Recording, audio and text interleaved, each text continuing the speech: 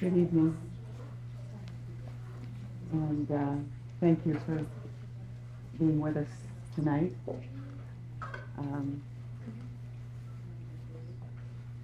We're here to have conversation and have community conversation relative to the, obviously, the Guidepost investigation report that was done. Obviously, it is a conversation that's going to be very difficult because it's a conversation that surrounds a horrendous tragedy. We have been having community conversations all week. We have been having them with all of our staff at different levels. We've been having them with parents at different levels, and now with the community. And I appreciate your willingness to come and share your thoughts with us as we try to move forward with a response to the report and move forward with actions that need to be taken given the report. We have been practicing a particular introduction that we've been giving to all groups that come and talk to us about the report, so that the message and the evening begins with the same message about, and I know some of you have been in other meetings, and so you're about to hear the same thing twice. But in order to maintain continuity of messaging, I am going to read the introduction to tonight's meeting. The Guidepost reports are comprehensive. They require analysis and evaluation. Just as done with Report 1, Report 2 will receive thorough review and full consideration to findings and suggested improvements. The board will be studying the report from the view of policy development and oversight systems, especially in the areas of safety, security, and mental health supports. Administration will analyze the report from the view of what more needs to be done relative to implementing board policy with fidelity, including processes, practices, training, and outcomes. Both the board and administration value feedback from staff and parents and students and the community regarding the report and its findings. The purpose of this meeting is to capture your questions, suggestions, and those things we need to keep doing as we develop our response to the report. We know this is an emotional evening. We know this is an emotional conversation. We ask for input to be put forward in a way so that all present here tonight may be heard, in a way that supports civil conversation, discourse, constructive purpose. We also want to efficiently capture everyone's thinking, and we know that during the course of this meeting there may not be time to talk about everyone's ideas and feedback and thoughts. We also know that some people prefer to give us their thoughts in writing in a quiet way rather than speaking on a microphone, and of course this is being televised, so we know that in and of itself might hinder some oral contributions. So we're going to ask you initially, and we have some forms somewhere to pass out, and pens.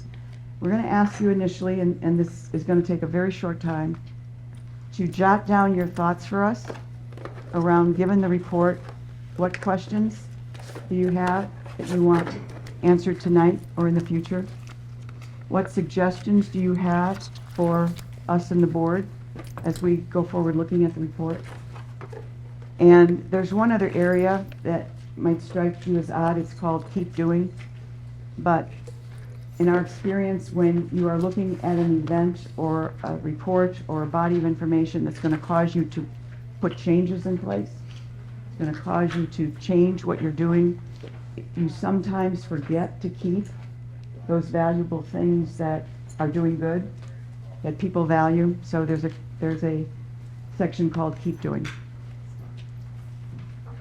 The structure of all of our meetings up to tonight, have been to gather these personal individual thoughts and feedbacks first. They will be transcribed. They will be published so that everyone in the community can see the thinking of the community members that came together, the parents that came forward, the staff members that came forward. The other thing we will do, we will capture them on chart paper, which will also be transcribed, so that it kind of keeps the attendees here knowing what have we talked about, what do we have yet to talk about as we move forward.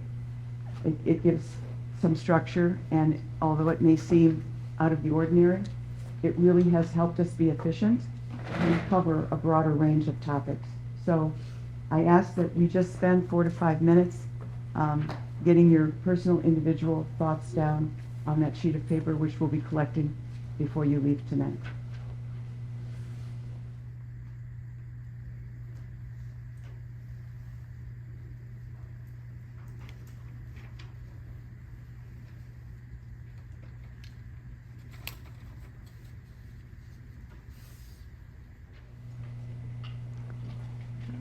Okay, I see most pencils have been down. Keep the papers with you. During the course of the conversation, you may think of other things you want to communicate to us at the district level regarding where our conversations go. We're also going to pass out to you, I believe we have some of your questions that we began talking about tonight, maybe questions we heard at the Guidepost meeting last week. We have developed some district answers to those questions already. We're not going to go over them tonight. We're just going to pass them out to you. But if you do ask a question that's referenced on that sheet of paper, I'll call it to your attention. I know this is highly difficult, and if during the course, any part of this conversation, anyone needs to leave the meeting, please do. We understand if anyone needs a moment to collect themselves, and we have our mental health professionals here tonight to offer assistance if it should be needed. I will be moderating the meeting. Would you like to introduce yourself? Amanda McDonough, Oxford Board Trustee. So Amanda and I are here. You will see around the room several of our district administrators who will be helping facilitate the meeting today. We will be ending at 7:30, so we will try to get as many topics covered as we can. So let's begin. Is there anyone who would like to bring the first area of conversation up for us to address? Yes. Yes. Okay. So the report came out, and just like parents have been saying for 2 years at board meetings, the school was grossly negligent, and we want to know when the board plans, at the very least, to apologize to the parents for the loss of their children. So the board, the only way the board would need to do that at a board meeting, because the board speaks as a board, so it would need to be done at some gathering of the 7 board members. At this point, I do not have a specific answer to your question. I know that that's certainly a consideration at this point, and I don't speak for the board. So, and Amanda is here as a single board member, and she can speak for herself, but also not for the board. The only time the board can speak is when they're at the board table as a board of 7.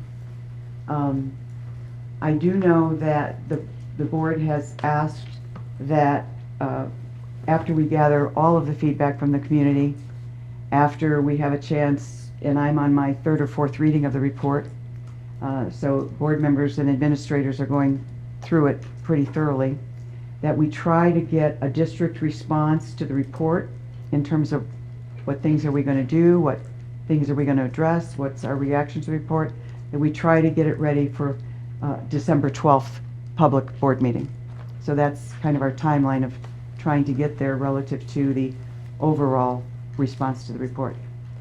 The next question would be, how much longer do we plan on employing those that were grossly negligent on 11/30. Okay. And can everyone hear the, Yeah. okay, so we don't need to use microphones? Okay. So what you're asking there is a personnel question. It is one of the questions on the FAQ because of course that was a question that came up at last week's Guidepost meeting as well. I will tell you that personnel actions are not taken in public unless it requires the public action of the board. Some personnel actions do and some personnel actions don't. I will tell you that when a personnel action is taken, it's taken after reviewing several things that overarch where the decision has to fall in line. One of that is labor law. Another of that is contractual obligations in terms of any master contracts in place. The third is, of course, HR, personnel, employment practices, and board policies related to employment practices. And then, of course, if one is going to try to take a personnel action that would cause loss of employment or any other kind of loss, typically you do get an employment lawyer to advise you to make sure that whatever action you take is action that can prevail when challenged. So those are the things that would be in place. Certainly if I were to take any action, those are the things I'd want to make sure that were in place. I believe they're the things the board would want me to assure were in place. At this moment, I have no specific answer for any specific personnel action. In fact, if I were taking any, I wouldn't be making it at a public meeting. So if 11:30 were to happen again today, do you feel confident in your staff that they're adequately trained in handling another student as presented and to do a threat and risk assessment on that student? Yes, I do, and I'll tell you why. Obviously, the culture has changed significantly.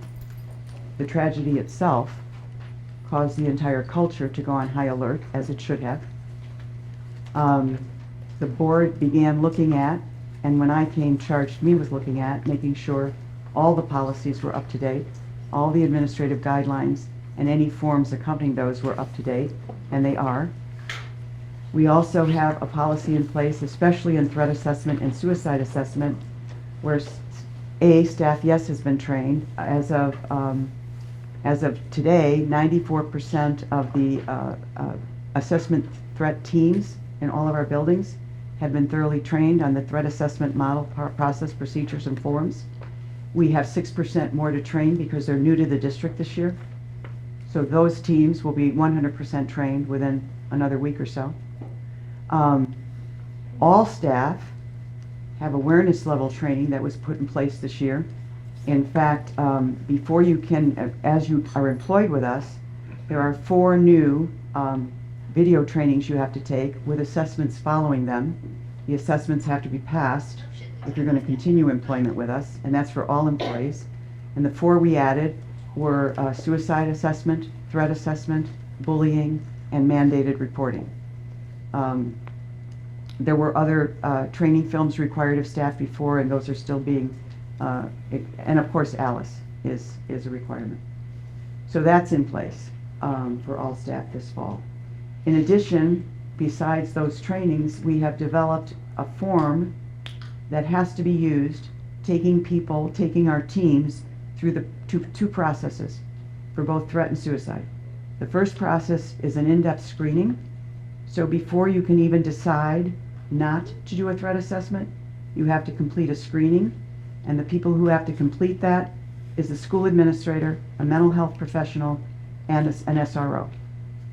If in that screening, that team decides a full threat assessment has to be done, then the team is expanded to all the other people who have been trained to be threat assessment team members, and they will go through the full threat assessment. As they are going through that form, it's digital. You cannot skip a step. If it says, have you ascertained whether or not the student has access to weapons, if you do not fill that in, you cannot go any further. So we have built some management checks and balances right into the process where the information is being collected. Way back in 21, they were using paper, as was everybody else using paper. So we've upgraded that. There was another point that you had asked me that I'm trying to remember now what it was. So you had training, you had policy, you had checks and balances on process. Was there something else I missed? Was that it? Okay, thank you.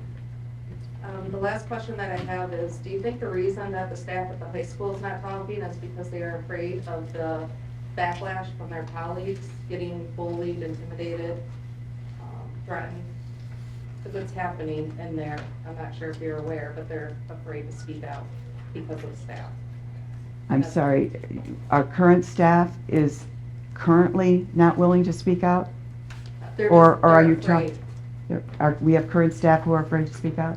Well, not one staff has spoken up, so. Pardon? Not one person from the school spoken up. No.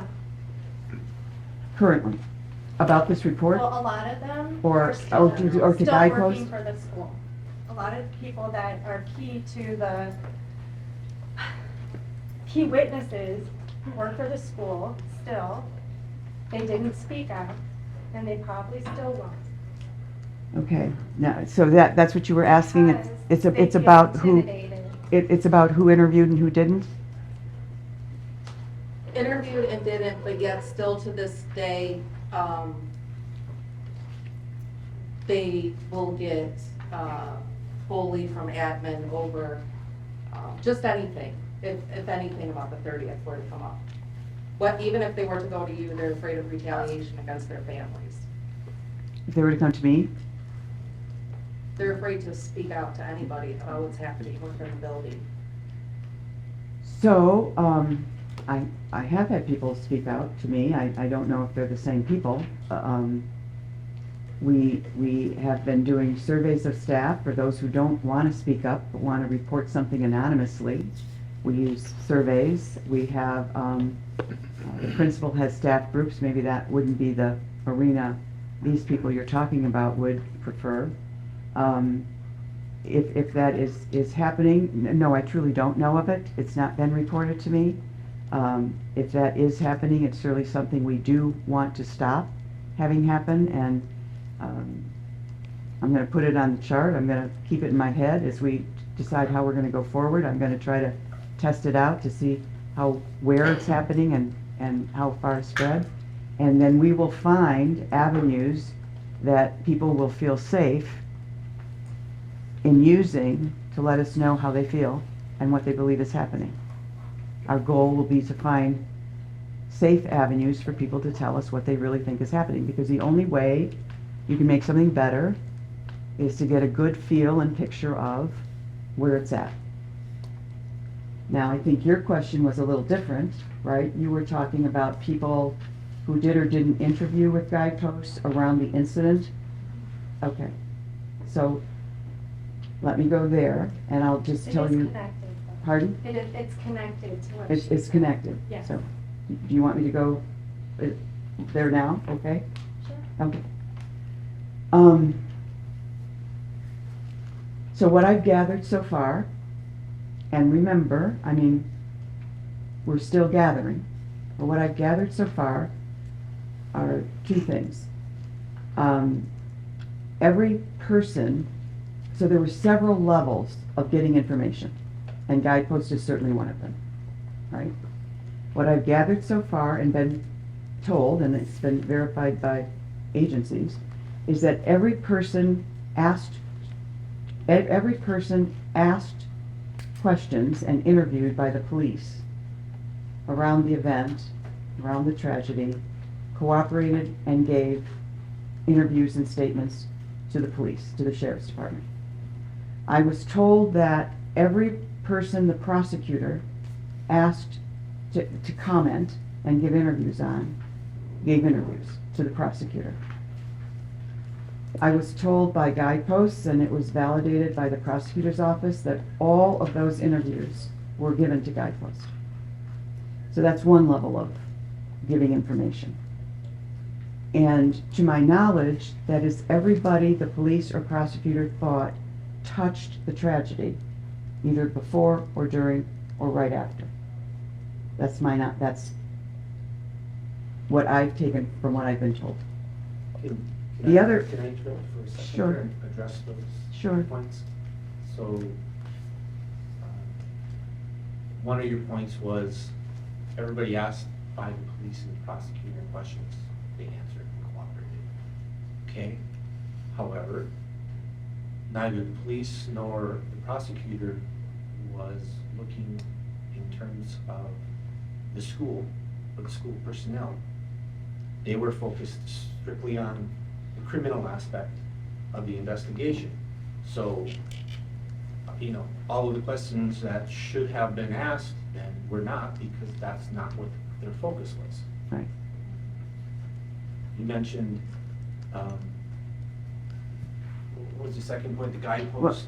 Well, no, I said that was one layer. Yep, The next layer were also in the legal arena, so it might not have been the same. But the second level were all the depositions that Right. were given under oath so and all the testimony. at the depositions and the testimony, so let's go there for a second. One is the questions asked by the lawyers, and this was said by Guidepost themselves. Once again, we're not in the direction that Guidepost would have been asking the questions, Right. right? So once again, a second opportunity to get the questions answered missed. Yeah, so, and then, the third piece of that as well is, so the depositions were limited. You know, the lawyers only had so many questions and so much time to ask. It was limited by the school's insurance lawyers, who, you know, interfered with that, filing counter motions to stop the depositions. So yet another opportunity Right. of interference in questions being missed. Right. I'm not arguing that. I just Each- want to clarify each Yeah, of those. no, that's And fine. that's fine. Each layer had its limitations. And then the next layer I'm talking about is the Guidepost investigation itself, Mhm. obviously. And in that investigation, to my knowledge, all but, I believe, two of, well, everybody who was deposed, except for, I believe, two people that were directly involved with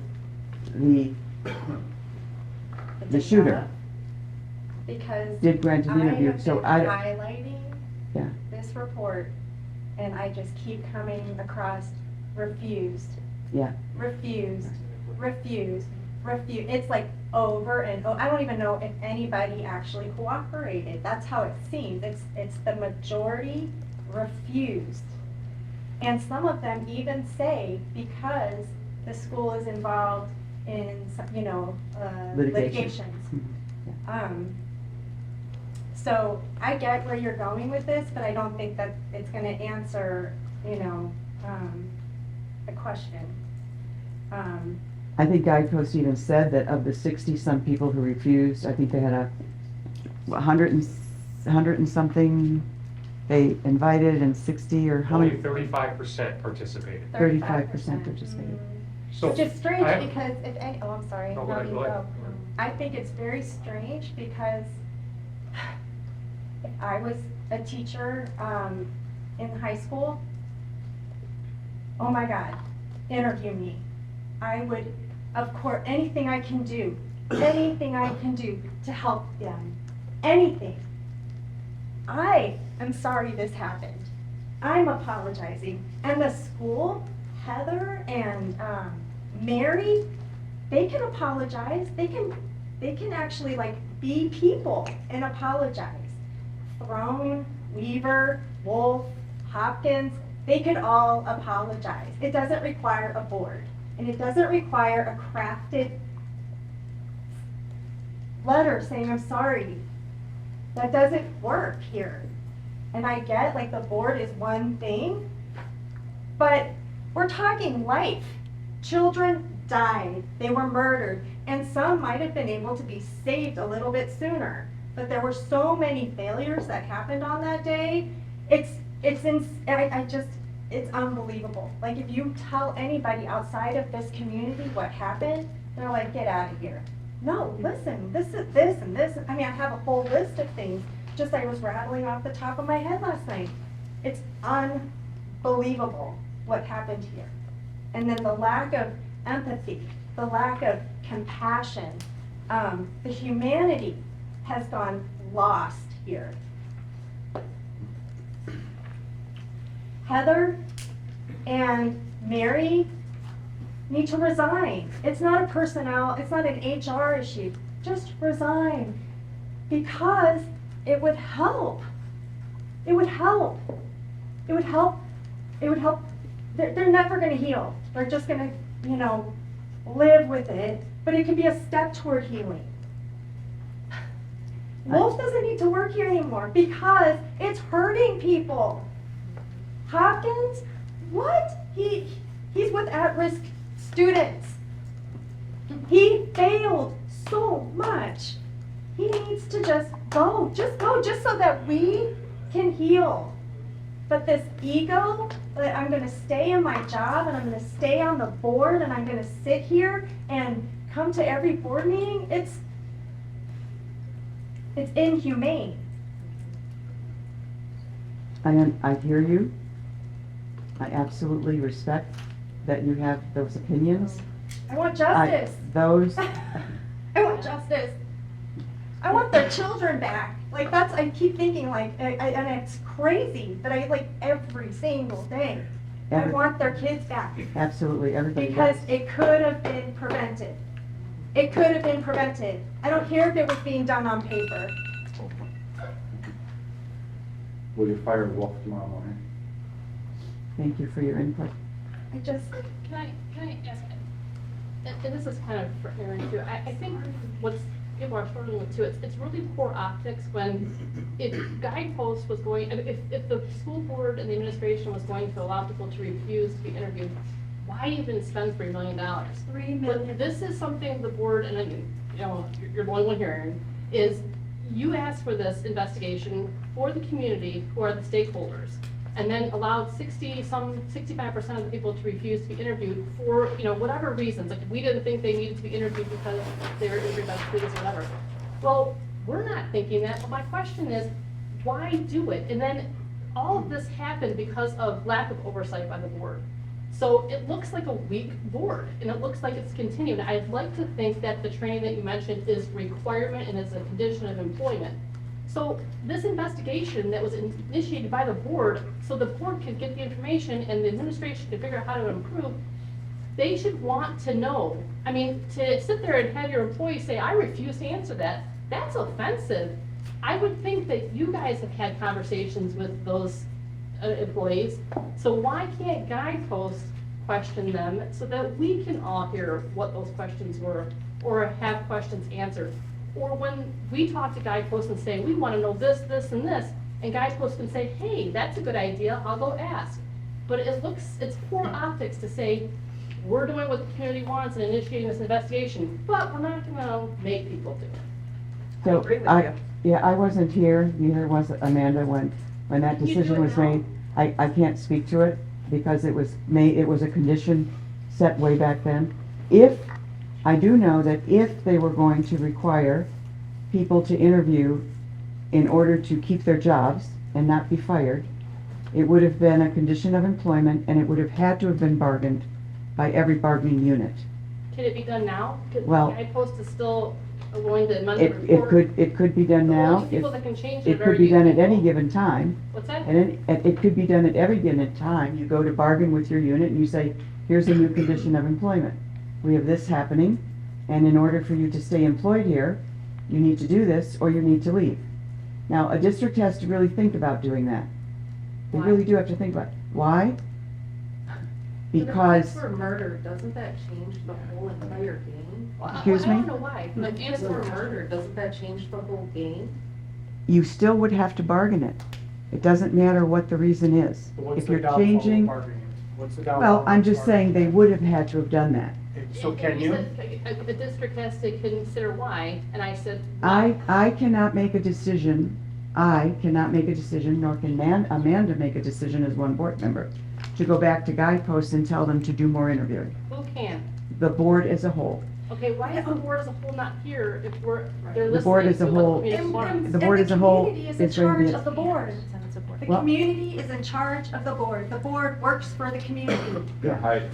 but they're not working for us. They're not working for us. When you want to address the board as a whole, there's several, You They- get 3 they- minutes. they've added community coffees, which some board members will be at, not all 7.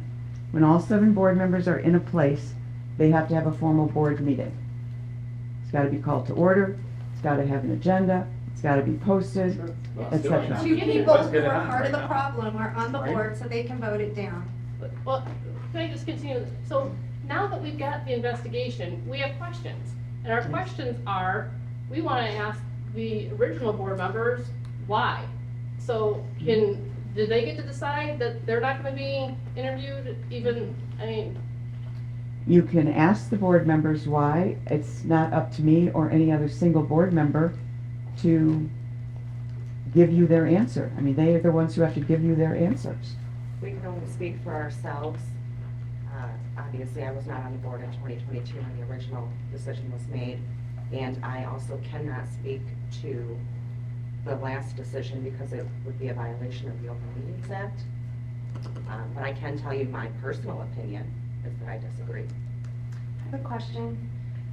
Since you mentioned the Open Meetings Act, so I understand that the board declined the Attorney General's offer. And when did that take place in an open meeting? I don't know. We have just I received a don't couple, remember that meeting. we, There were 2 decisions, so let's just capture it in the interest Pardon? of time. My suggestion would be let's capture it in the interest of time. capture what? The board decided twice to decline the Attorney General, and there was Oh. no formal vote at the board. We'd like to understand how that decision was made.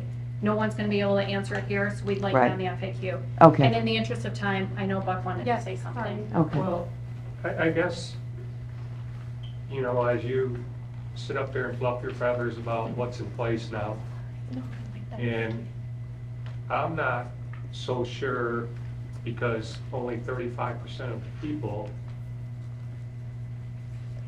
spoke. How do you know that what you have in place works? Because you learn from that's how these threat assessments were put in place from previous tragedies, right? And from people who know more than we know, right, about mental health and security and all that, right? So we don't get to the bottom of what happened on November 30th, because we haven't, because only 35% of the people spoke internally.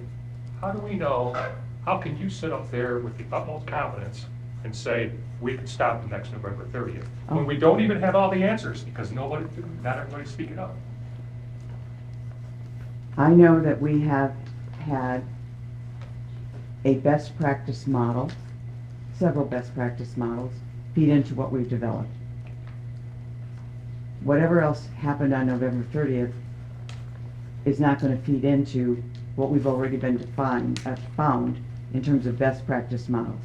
I know that besides capturing it digitally, that first of all, my Executive Director for Safety and Security, it's right in her job description. She is responsible for that, threat assessments. It's right in my job description. I'm responsible for implementing all policies. So there's no question of who's responsible. And I also know that she and her team meet at every building, every month, reviewing the threat assessments that have been done, reviewing exactly how each team did it, and reviewing where each team was right on the mark or where they needed to improve. So we have replaced all the systems.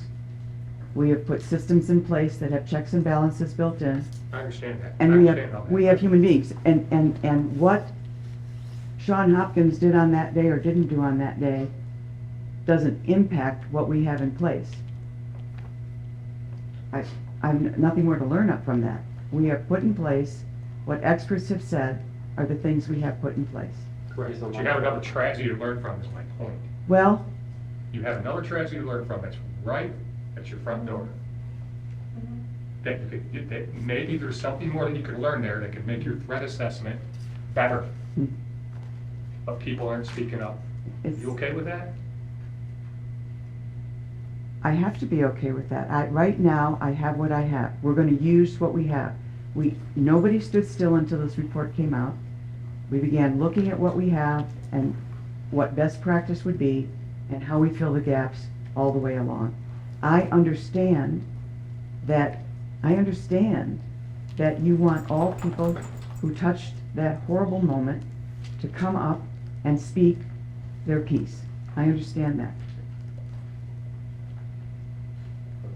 I am not the person who can force that to happen. If you Who would want be? the board to go back and do something about forcing that to happen, you have to come make that request to the board. Now, I'll bring it to them, because I'm gonna bring it to them with this feedback, right? But that's who needs to authorize the I report. mean, I to don't go have any further. kids left in the race, right? But Tate's not coming home, right? So I'm just a community member, problem solver, because that's what I do every day for work, thinking, what else can we capture and learn from this? And when you've got 65% of the people protecting what? I don't know what they're protecting, but 65% of the people who work in the schools, who serve kids, and 4 kids were murdered, and they're not speaking up. Like, I don't get it. I don't get it.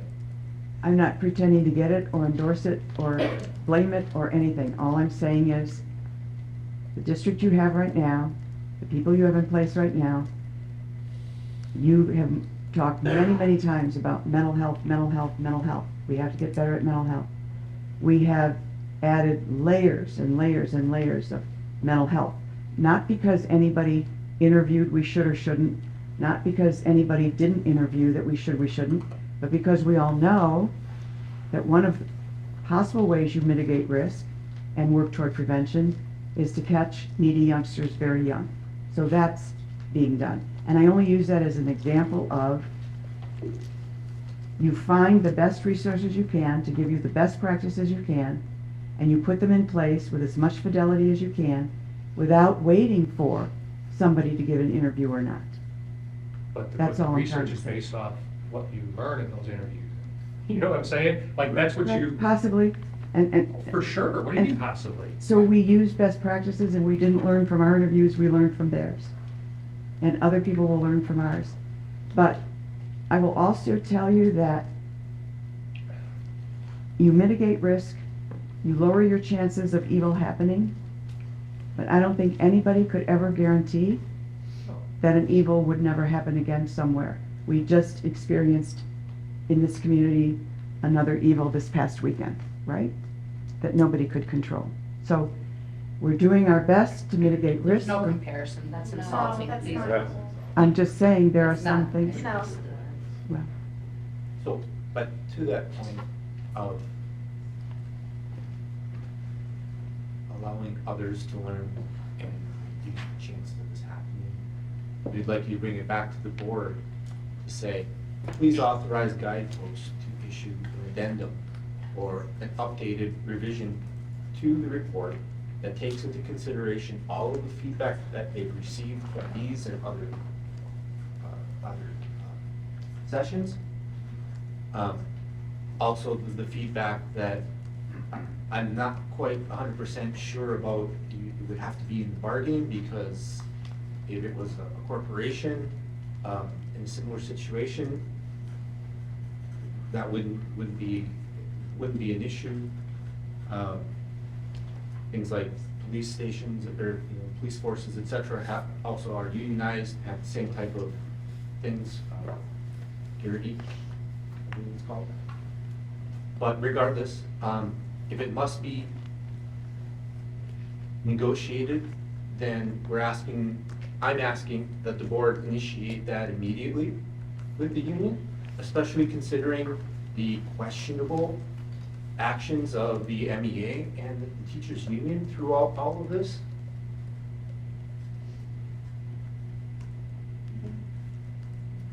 The chance here is to have a robust report that can be used not just by Oxford, but the rest of Michigan, the rest of the nation to learn. Because let's be honest here, talk about all these new processes, et cetera, that's put in place, and that's what was said before. That threat assessment was a process in place, right? And the state has done absolutely nothing with all the failures here at Oxford. So what's to say that this will not happen at another school? Because the state does absolutely nothing. We are also working with the state because, as you know, Michigan is a state where in 2021 and even today, threat assessments are not required.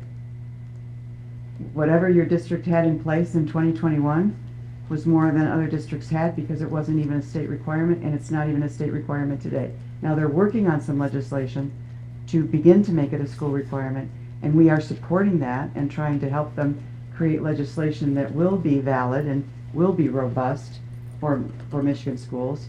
But not only do they not require it by law, they are not providing, and I know you've been up at the state and you've been up at the state, they're not at this point providing any funding to implement it once they do require it by law. And as you know, training is involved or should be involved, and systems should be involved. And so we are with you. We have 2 board members right now who are in Lansing. I know you folks have been in Lansing. I think you've been in Washington. We're going there too. And we do need to be a state with more robust requirements around this issue. Yes, we do. Did you just say threat assessments are not required by the state? They're not. Okay, so I have 16 years of experience working at Lapeer County CMH doing threat assessments, and many of those were in schools. If a child or an adult is a threat to themselves or others, you have to do a threat assessment. It's not required by state law. So I had a lot of counselors afraid of losing their jobs because they could only do a threat assessment to a certain point. Call CMH, the price is fine. I had a connection with the schools because I did prevention programs too. I would go out and have their back, the counselors back, and take it further. I knew on that second day after the shooting, when the prosecutor talked about the paper that he had drawn on, that child should have been in the hospital, regardless of what those parents said. Because it's the responsibility of the school to reach out to consultants if they don't know what else to do.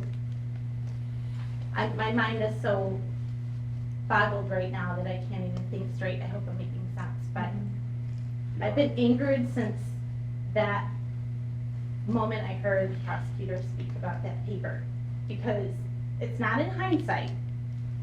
It's the job of the school to protect everybody in it, including the shooter.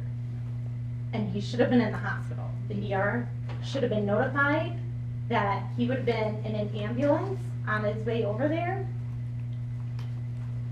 with or without the parents, and CPS could have been called if they weren't allowing it. But to hear that state doesn't mandate this is, No, it blows my It's a common mind. sense issue. And I'll see you at the board meeting. I gotta go there is mandatory, somewhere, So I'll go, but I would encourage everybody, come to the board meeting, Do you please, think on to Tuesday night. warn? Yeah. It's Man- unethical. mandated reporting is required. Sure, Yes, Sure, that is a that state too. requirement, yes, that too, yes. but that threat assessment. see, But it We'll, wasn't I'll done. call Lansing myself, but I know there's a bill pending that will require it. And I've been informed by everyone who's checked, including safety people, that it is not on the books as a Michigan law. Well, But- even if it's But I will not on the double- book, I- even I- if it's I not have it. law, the peers have been doing that for 20, 25 Yes, years. and some- Bringing my kids here, I assumed Yeah. And every school was doing that, so my license would have been stripped of me that day. Mm-hmm. I've been fired. So we will I double would check have that. been put in charge of We will more double check that. at-risk students. But You it's- mentioned about, when you were talking about inhumanity and things that happened were inhumane. And you mentioned that you respect her opinion. It's not an opinion, it's a fact. I work for this district, I quit last year. This district lost its humanity after this happened.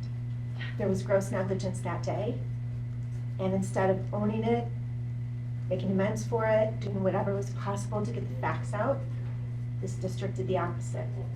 We're in the business of kids, we're in the business of connections. Every day we ask kids to own it, make amends for it. Own it, make amends for it. Every day, this district did none of that. None of it. My son, Michigan State right now, freshman. Majority of this floor, there are pictures of Tate almost everywhere. They're wearing Hannes jewelry, pictures of Madison, wearing Justin gear. These kids are under-talked about, undervalued, they've been forgotten. They're collateral damage from their own district. Even, I venture to say, their community. I mean, look at the empty seats, right? From the get-go, this district owed families and kids a full accounting of what happened in a timely manner. The facts out not 2 years later. Oxford Strong became a joke to me because it became, like, Oxford Strong can't be making families wait in board meetings for an hour while you consult with your lawyers. That can't be Oxford Strong. Oxford Strong can't be throwing clear backpacks at kids who are terrified to go back and telling them this is going to protect them. Okay, that's not Oxford Strong. Oxford Strong is not listening to us for 2 years at board meetings. All we've done is talk. All you've done is listen. Then the report comes out and we have listening sessions. We've talked for 2 years. We've said everything that we want to say. It's your turn to talk. It's your turn to explain. It's your turn to make amends. Now, frankly, I think you've lost the kids. I don't know if they want to hear from you at this point. But it doesn't mean you shouldn't try. I'm not sure why you let lawyers do all your talking from the get-go. I will never forget coming back my first time to the middle school after the shooting, being pulled into the gym with Governor Whitmer and our superintendent Brown in the bleachers. We are all in shell shock. Frankly, I should have been home with my own son who was grieving and in shock, but I'm here. And all of a sudden it turns into Oxford Strong and we're gonna move forward. And I'm like, this is strange. And I'm telling my colleagues, this feels strange to me. I thought we were gonna get answers. I thought we'd cry together. It was a pep rally. It was the propaganda Hitler speech. It was. We yeah. were moving forward from the get-go. Strong saying, you know, the school had no interaction with this kid. He knew, this is how many, 2 days later? It was 2 days later, I think? Yeah, so of course, everybody had been interviewed. Of course, Throne knew. He knew a lot of the details. We But were he told told all of we us. were moving forward. We were wearing our Oxford Strong shirts. We were moving forward. 19 of us in this building had students there that day. Talked to my son through the whole thing.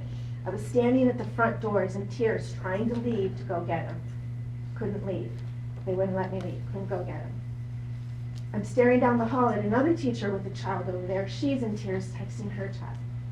Do you know no one came to us, not one time, to see how our kids were doing, how we were doing? It was, let's keep going. Let's push forward. Let's push forward. Let's push forward. It was so antithesis to humanity, like to connecting with people, and we're in the business of connecting with people. And so I kept thinking, all right, it's gonna come. This district's gonna come out and they're gonna tell us this is what happened. We are so sorry. We screwed up in some major ways. But you know what? We're gonna take what happened here and we're gonna go to Lansing, we're gonna go to DC. We are gonna make schools in this country better because of what happened here. Never happened.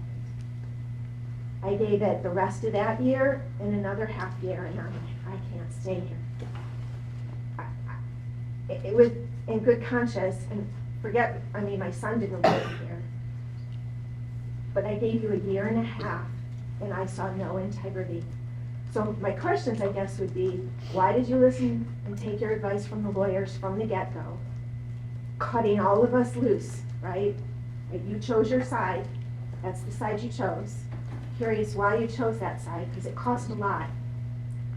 And my other question was, we were pulled into a staff meeting at the high school soon after. Again, thinking we're gonna get answers.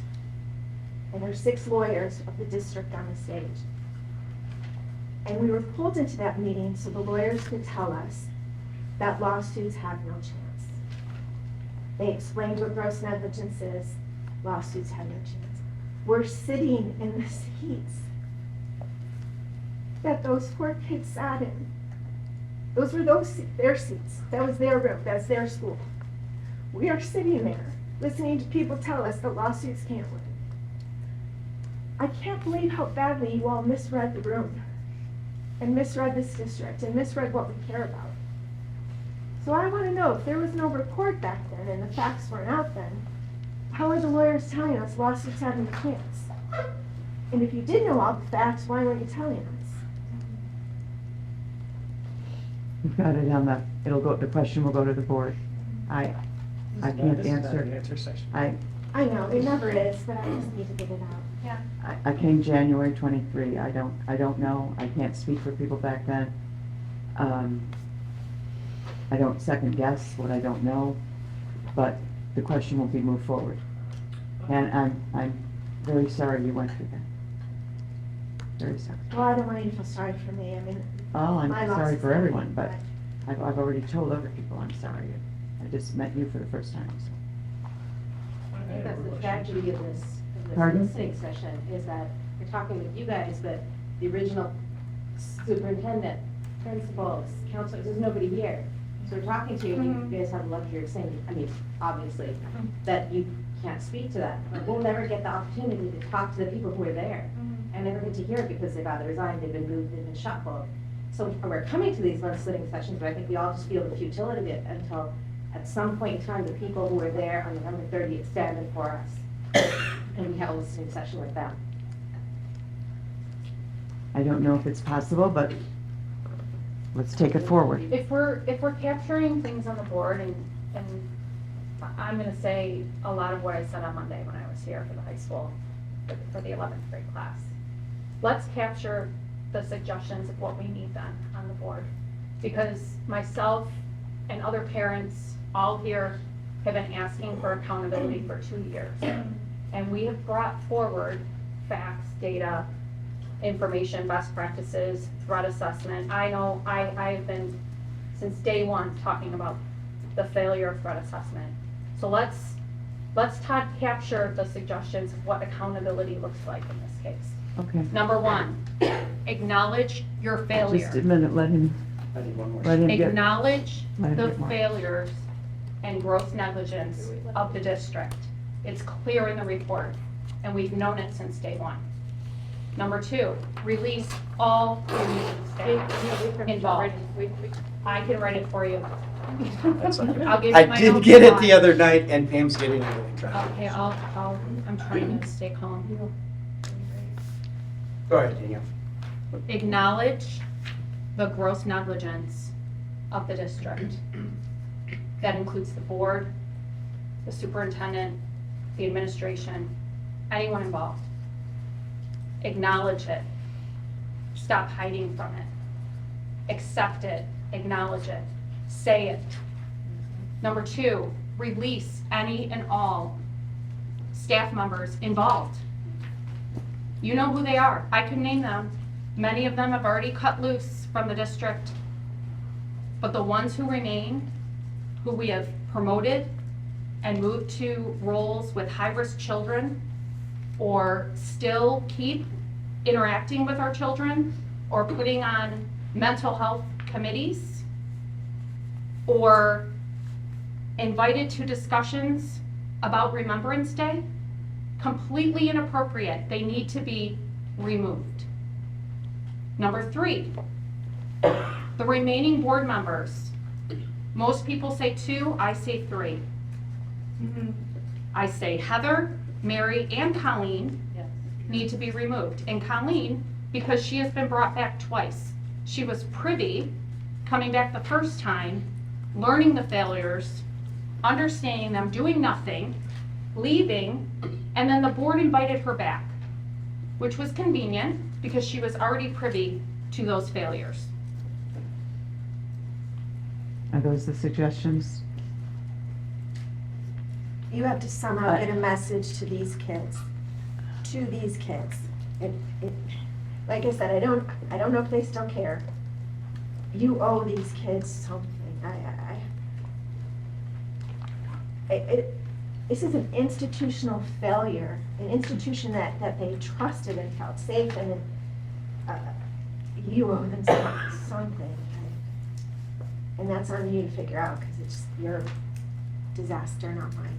Would you mark questions up there as suggestions? Because Danielle said very clearly she wanted those listed as suggestions, not questions. Can I add, I mean, I don't, I know this is, we're kind of focusing on the school year, I mean, obviously that's important, but one thing that Guidepost said was the EMS response needs to be looked into. Can we request the board, if we're gonna have this amendment, we have no other way to get that information. Can we put pressure or ask Guidepost to interview and find out why that 911 dispatch call went in so late?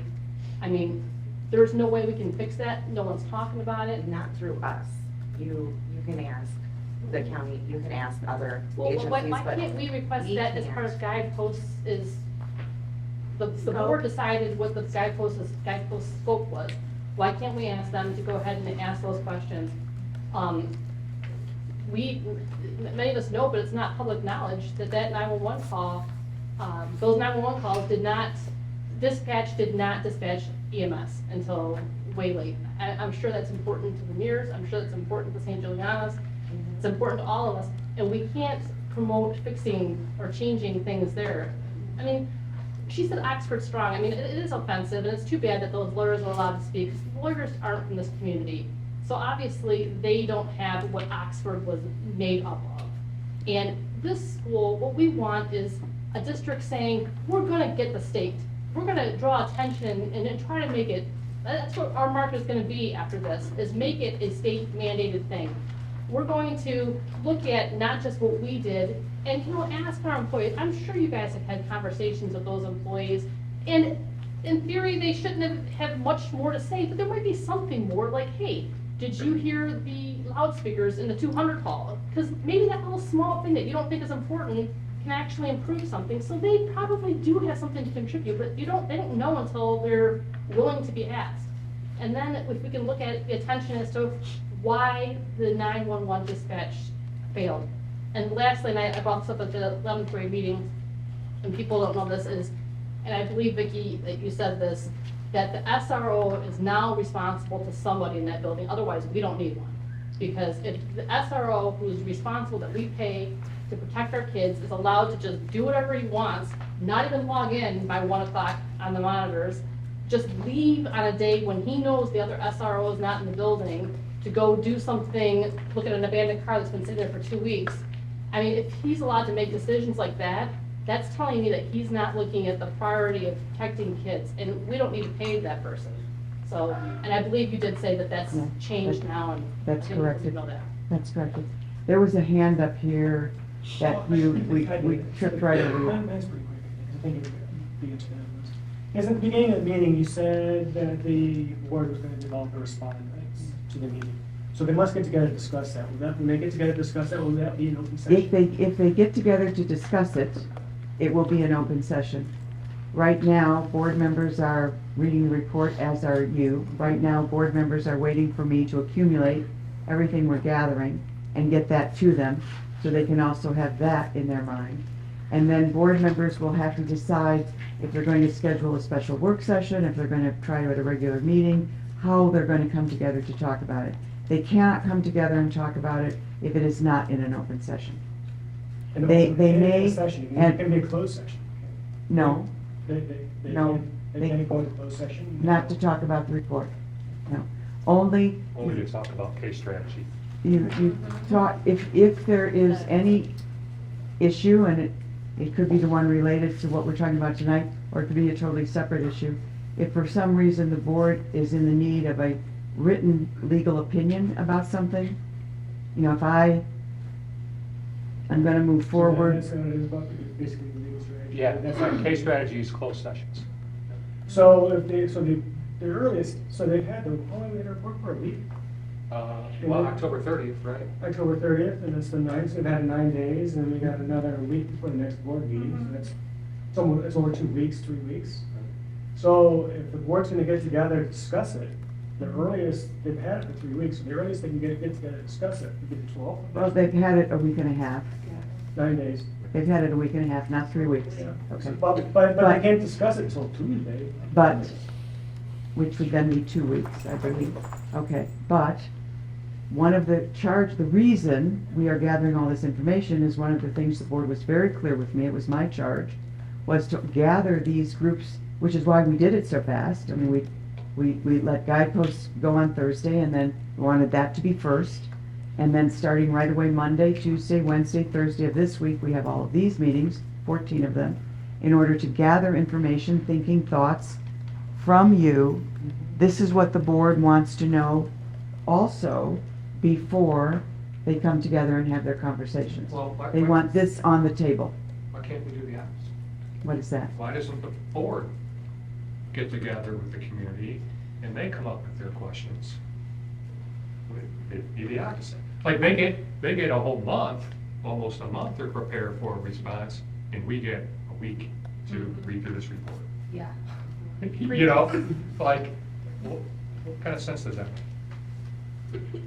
So these listening sessions, we're gathering as much feedback as we can. Every single community member has a right and a duty. If they think of something more, or they read the report again, or they come up with 4 more questions in the next 2 or 3 days, you need to send them into the board so that we can add them. Do you have any questions for the community? No. Do you agree with the report that you paid $3 million for? Not having all the information you all had, my view of the report, my personal view is, I have heard bits and pieces from different segments of the community over time, over different things. I never had any full, comprehensive, annotated, sequenced listing of events, and I find that very helpful. Have you not been keeping up with like the trials and what's been happening? Pardon? Like the trials, have you not been keeping up with that and the timeline the sheriff released? I have all the depositions, I have all of those things. You understand, my role is not to investigate what happened. My role Not coming, investigate, but just to know as a human, like to understand what's happened to each of these children and. of course you have to, you can't move ahead or forward. But what was your question? What's Did your you takeaway? agree with it? Yeah, do you agree with it? What's your take? Do I agree with it? Yes. I found it very helpful. I think there's things to learn from it. I don't know if everything in it's accurate. I have now heard from a number of people, I've had some people even send me their opinion that there are things in the report that are inaccurate. Of course. I have heard from people that they believe there are things in the report that are missing and gaps in the information. I have asked people, and thank you, Danielle, for sending me yours. I have asked people to send me what they think is missing or what they think is inaccurate. Also to send those to Guidepost. So I don't know if that's going to be a lot of things. I don't know if it's going to be little things. I don't know if it's going to be big things. That's why we're trying to accumulate everybody's thinking, everybody's thoughts. If there's big things that are inaccurate, we have to have Guideposts answer, are they or aren't they inaccurate? Or if these people think they're inaccurate, how do you prove they're not? If there's big gaps in the report that people think Guidepost overlooked, we have to ask, why would you have overlooked this? Do you think you need to go back? So at this point, do I agree with it or not? I don't know. I think it's still being evaluated. Okay, I don't think so it's isn't perfect, but I think they did a very good job with it.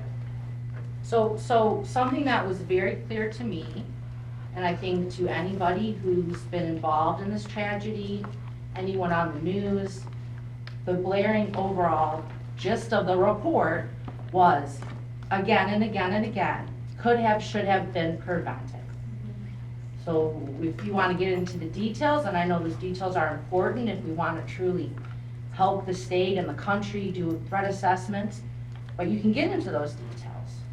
What we need, well, I'll speak for myself, what I need as Justin's mom, what the community I feel needs, the other parents, we don't want answers to these generic type questions. You guys have your job, get in the details. I appreciate everyone who's involved in those details.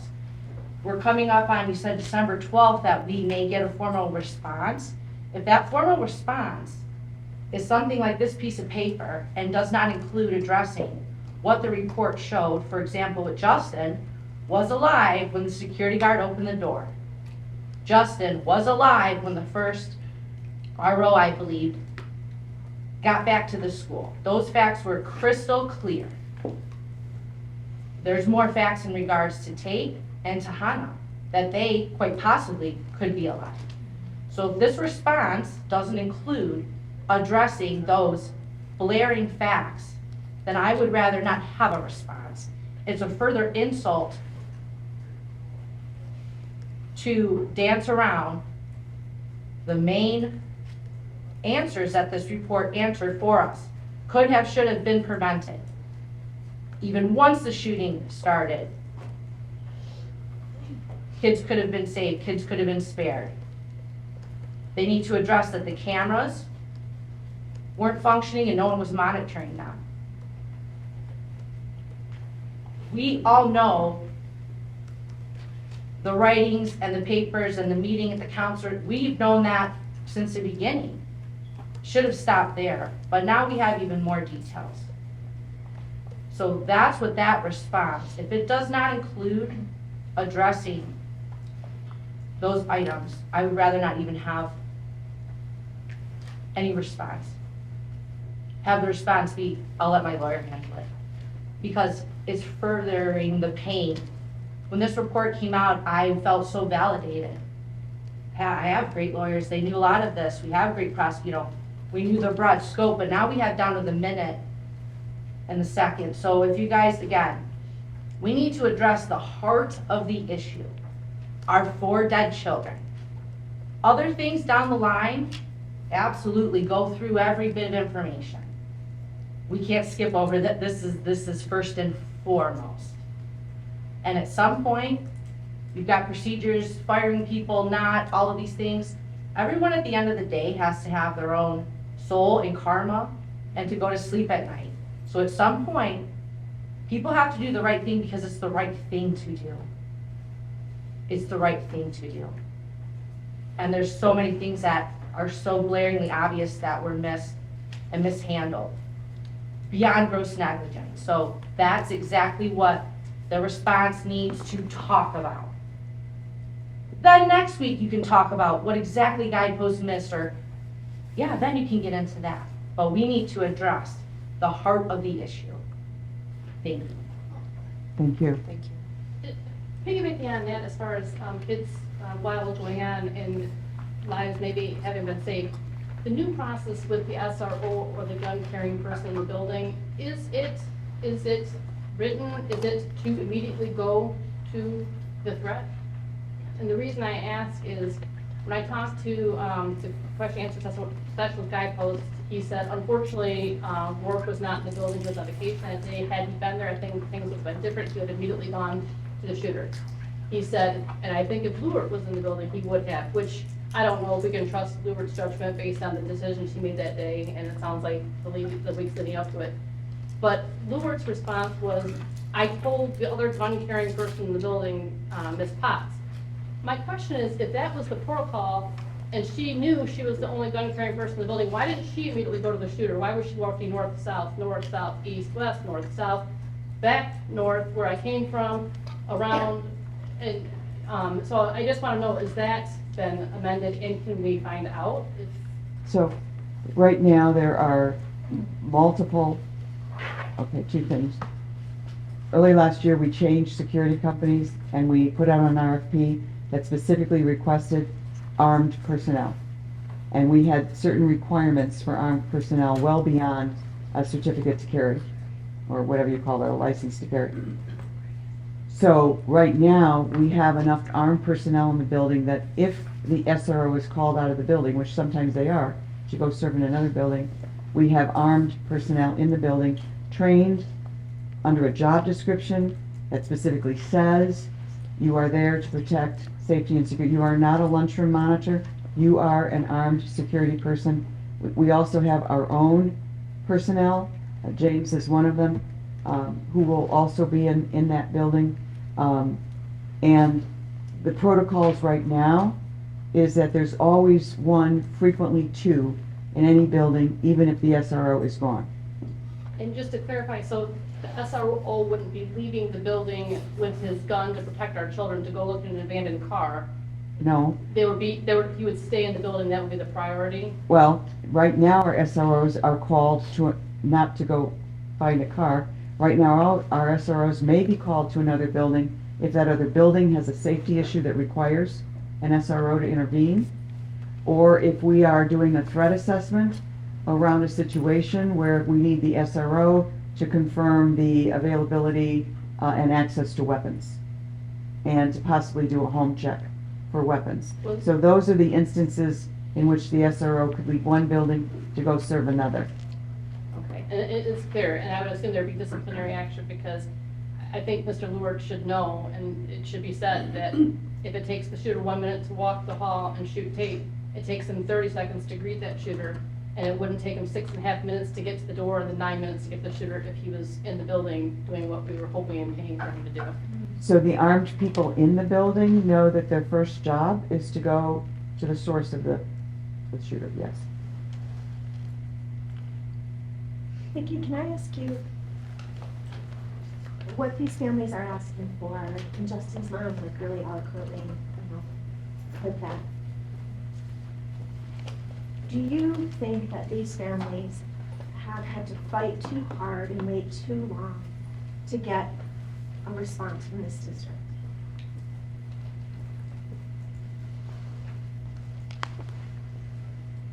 Wow. What these families have lost, No, that's not what no I'm asking. no matter what happened, it would be too long. No matter when. I'm not saying the answers are gonna solve their problem, or It would, I've lost all faith in the school district, and so I'm like just wondering if you also believe that. Because I believe they've had to fight too hard and wait too long to hear from this district. And I'm wondering if you feel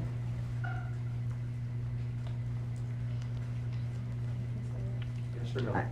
I don't know, and I'll tell you why I don't know.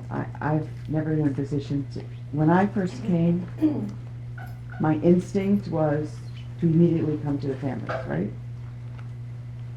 But I was advised that because of the tension between the families and the district, I might not be a welcome presence. Was that right or wrong? I don't know. And maybe I'm wrong for never asking, right? So it took a long time for me to come to the families, and it was about another issue. And so personally, I'm sorry I didn't go first. I didn't go sooner. Personally, I'm very sorry I didn't go sooner. Who gave you that advice that there was that friction between the families and the district?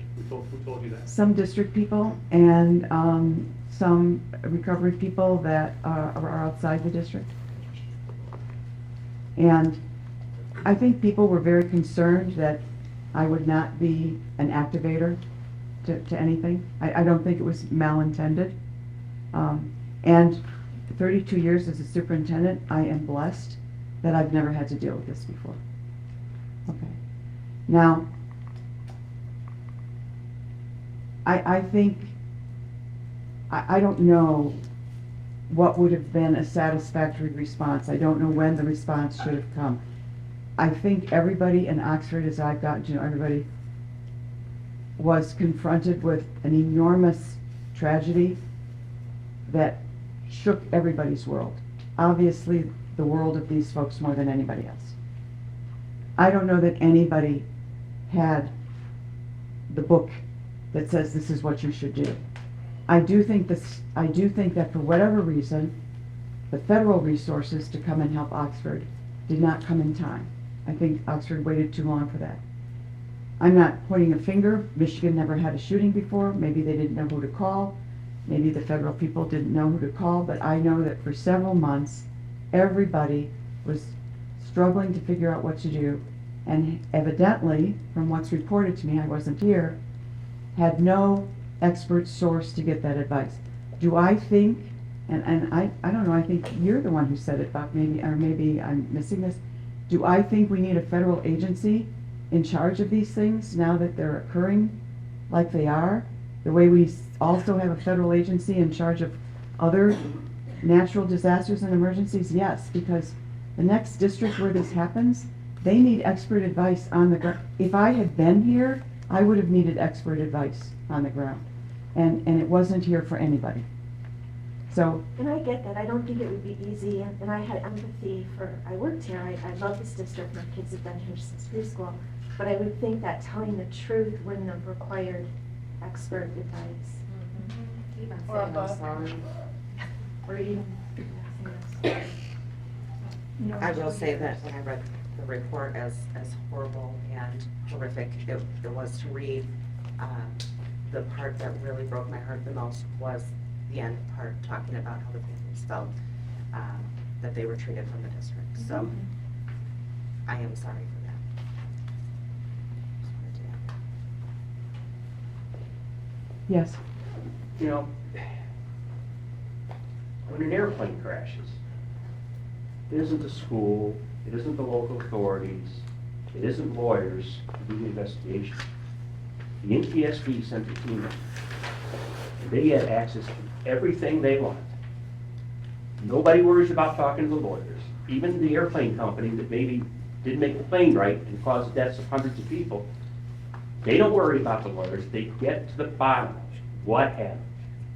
And that's what we needed. And it didn't happen.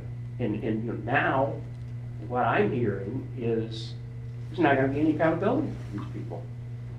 Because everything's got to be done in secret, closed meetings. And I understand there are laws you have to follow. I understand that. But that's what's got to change. Because you can't just hide behind a union contract and say, well, I don't have to talk to them. People died. Children died. Children. Right. Who really, really trusted this school and gave a lot to I this don't want my words to be misinterpreted. I don't know that anyone was hiding behind a union contract. I was just pointing out that if the board had wanted to compel people to interview, there would have been steps they would have had to have followed. That's all. Are you saying that there's something in the contract that says they don't have to? It's, conditions of employment are laid out in the master agreement, yes. Now, maybe a lawyer would know better than I. Well, I hope I going hate forward to, that I mean, next I know the contract- word lawyer is not a good word, but I don't keep up with case law. I'm not an expert I lawyer. understand that. I So understand. if there's something where case law is gonna prevail, I need to have somebody tell me what it is.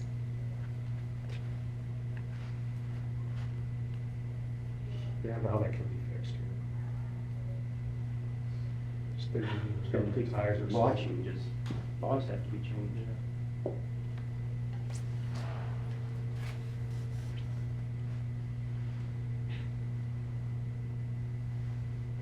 Anything else from anybody? All that you've said tonight will be taken forward. It'll not only be sent to the board, it'll be published, so people who couldn't be at these meetings will know what's been said.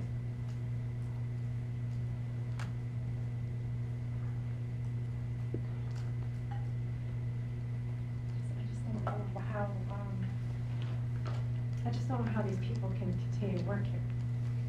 So I know that this is being televised on Oxford, and that's my big question. How do you come to work every day knowing that just your presence here is hurting and furthering this pain? So I hope that they hear this, because they need to go find another job. Like, they need to just, I don't wish anything bad on anyone. I just don't want to think about them anymore. I don't want to, like, every single day think, this person is still here. And their presence here is not allowing, like, anybody to heal. What's the process, Vickie? What's the process? Let's just say, we'll say Will, because he's a big name in this. Big player. So what's the process? Who initiates that? Is it you? Is it the board? Like, what's the process? It could be either. Or can he just? It could be either Okay. the superintendent or the board. Okay, so my question would be, why haven't you initiated? And my answer is that whether I have or haven't, and even if I did or am, I would not be speaking about it at a public meeting. I It's a wouldn't. personnel issue. I understand that, but why wouldn't you start the process? Well- Why wouldn't you start the process? All- I'm not telling you to give us any details on the process, I'm saying, why wouldn't you and the board start that process? What are you hiding behind? And I'm saying, even whether we have or haven't started a process, we would not be talking about it in a public meeting. It would be a personnel issue. I think he's asking, why, what reasons would you not do it? Like, if he's saying, based on everything you've seen right now, in his view, it should be obvious that you are. So I think that's what he's looking for, is why do you think you can or cannot? You would have to look first at cause. Was there cause for an adverse action such as dismissal or demotion or anything else? Cause is something that's required. So, yes, one would have to look at all things in the report. One would have to look at, take testimony from all sides. Remember I said that in the past, when I've had to take personnel actions in other places, certainly not around issues anywhere near this huge or tragic, you need cause. You need to stay within labor laws. You need to stay within the confines of a contract. And you need to go to an employment lawyer to advise you, because if you're going to take action, you want it to prevail. You don't want it to be challenged, lost, and then you end up taking the person back, doing settlements, being found liable for wrongful dismissal, etc., whatever it might be, are things no board wants to put themselves into, or a superintendent put them into, because in the end, you didn't get what you want, and it cost you more than it should have. So all of those things have to be considered before a personnel action would be taken. Well, I think in this case, in using that example of the principal at the time, we put ourselves in a worse situation for that to happen because we promoted him. He was promoted. So now if you were to take that action, it's probably a little bit stickier than it should have been to begin with. So if we're capturing suggestions here, the community has been calling for the removal of these people for almost 2 years now. We are asking the board to then, the board works for the community, and the board oversees the superintendent. We are asking the board to make that recommendation to you and start the process of removal. Which is as far as a board can go, right? Just Exactly. making the You can make that recommendation.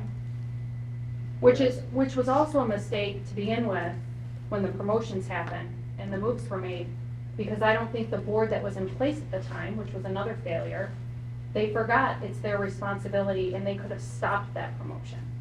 They could have stopped those moves. They could have spoken up and said, this is not appropriate. We want the superintendent at that time to put these people on leave, which I do believe is what the board president brought to that closed session on September 6th of 22. It was one of the recommendations.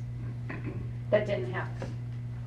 So I think coming out of this, again, for 2 years, the community's asking for it. We're asking the board then, what's left of the board, to bring that forward. We'll bring your suggestion forward to the board. There was, Please, go ahead. I was just saying, back to the report, there was one area of conclusions from Guidepost that I wholeheartedly disagree with. I've had this discussion with Guidepost directly. They've acknowledged that, yes, they may have erred a bit in their conclusion, and they started to talk about that at the first Guidepost session. This regards to the school's response to the ramp up, if you will, the deer head, the countdown, the bird head. They pretty clearly said that, concluded in the paper, that the school acted appropriately in the response. I pointed out to them that that's only true in a limited aspect, in that the school acted, in my opinion, in an arrogant manner, believing they knew everything, because they knew who did deer head, and they knew that the countdown was a misunderstanding. So they then dismissed the bird head incident. They went out and told everybody it's not a threat. Nothing there. The SRO threw the bird head in the garbage, right? It was all in the report. So how can the determination that the school acted appropriately be when they had no idea who did the bird head at that time, according to them? So if you had no idea, how can you say, yeah, that's no threat? So that's one area I want to clarify in there, that I do not agree with the report. I think Guidepost has had second thoughts on their conclusion on that as well, and I'd like that be included. Steve, if I could add to that, because I've given the same feedback to Guidepost on that particular situation, because again, I was one of the parents calling the school as well, concerned about the acceleration of concern. And in that particular situation, we know that the child admitted to threatening Mr. Wolf. We know that it was in the disciplinary record that he admitted to being a threat. And the child was removed. He would not have been removed if he was not a threat. So I agree. We knew he was a threat. We knew this was one example of multiple situations that were occurring throughout November. And that was somewhat minimized in the report because it was escalating. And I agree, I think Guidepost missed that. I mean, we've seen the disciplinary record. We know that he admitted to it being a threat. In fact, the child posted on Instagram the disciplinary letter that he received and updated it and corrected it and posted it on social media. None of that was in the report, but it's fact. And this is the student who? The deer head. The deer head. Yes, yes. I just want to clarify. Yeah, so, but that's one of multiple situations that were leading up to the tragedy. And we know that admin came on the PA system to tell kids to Stop reporting. Spreading stop rumors. spreading rumors, Yes. stop Where reporting. kids knew something was gonna happen and no one listened Yes, to they them. did. Felt it. They felt it. Yeah. The full 2 weeks leading up, they felt that something horrible was gonna happen. Not to mention, Homeland Security gave all school districts a warning. Michigan State Police sent emails. Jerome received it, Wolf received it, Weaver received it, many others received it in the district. A warning, be on high alert, we're coming out of COVID. School violence is increasing. Be on alert. Nothing happened with that information. Those emails were not forwarded. There was no call to action to the community, nothing. Which is why I'm passionate about call to action to the community. The school district can't do it alone. It takes a community. It takes friends, family, students, staff, administration. It takes everybody. It takes a village. And yet, we don't ask for help. We hide it. There should have been a call to action. Be on alert. These kids have been locked in with COVID, not there's escalations happening, there's odd behavior happening, children reporting concerns about a shooting. I mean, I still have that text message from my daughter. Mom, they're talking about a shooting at 12:50 on Friday. 12:50. My daughter. That was 2 weeks before the shooting. And we minimized it. Well, we didn't, the community didn't, the parents didn't, the students didn't, the district minimized it. That needs to be a lesson learned. That needs to be in the report. There needs to be an acknowledgement of minimizing the concerns of the community. Because no one was listening. No one was listening. Another person who left the district, my favorite person who I spoke to on the phone. Oh, trust me. Trust me. I wouldn't be here and my daughter wouldn't be here if I felt we were unsafe. Mr. Wolf's administrator or admin at the time. Trust me, she said. That was a quote. So that's a significant part of the report that's missing. And so I would echo, and I've said it before, we deserve a complete and comprehensive report. So all these questions that have been asked in these sessions, all the emails that have been sent for follow-up, it needs to be in there. It needs to be in there.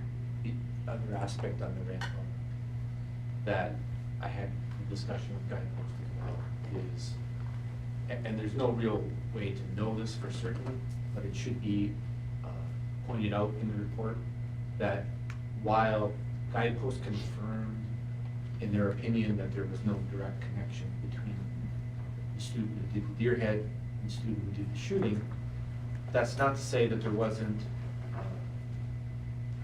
an influence or an impact with the way that of those incidents maybe escalating the shooter, even the school's reaction to dismissing the bird head, etc. There's no clear way to know that that did not escalate him and cause him to act sooner, etc.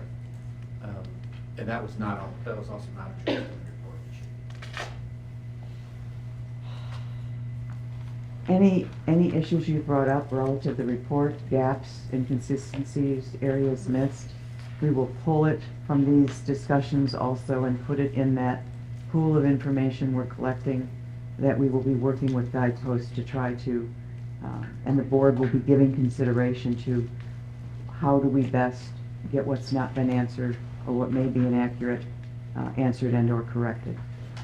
It will be pulled out of here and also sent in that direction.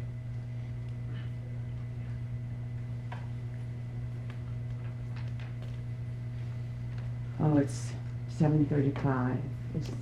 I don't want to. Is there anything else? I just had a quick question. You said that in order to dismiss people, you would need a labor I'm lawyer. sorry. You said in order to dismiss people, you would need a labor lawyer. I said I would consult with because I'm not up on labor case law. So has the board, up to this date, consulted any labor lawyer? Oh, we have on many instances. We have not on this. For this instance? No. I don't care about another instance. I care about this. The board has not.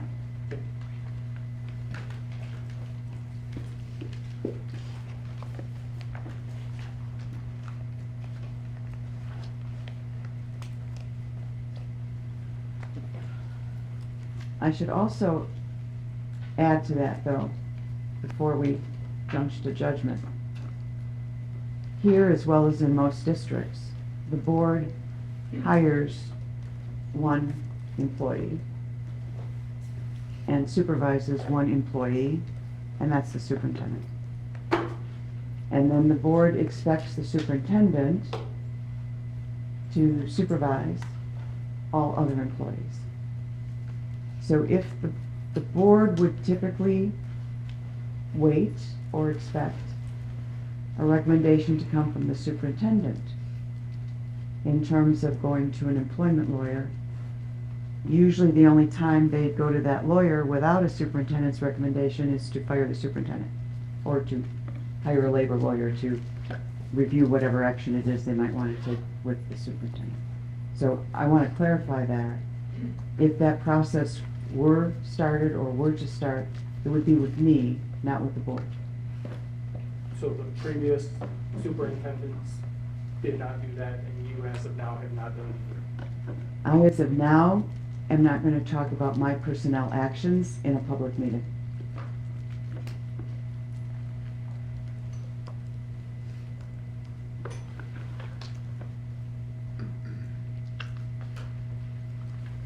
Very underwhelming. I'm sorry, but that's just the stance I need to take. I'm sure. Is there anything else? Thank you. You know, this has been hard. I appreciate you participating.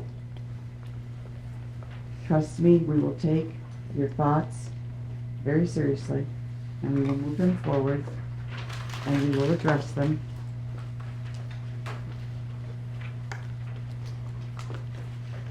And I guess, Don't use that word loosely. What? That word you just said, right? which one? Trust me. I'm not using it loosely. Don't use it loosely. I'm not using it. The district they use it loosely the past 2 years. I'm sorry.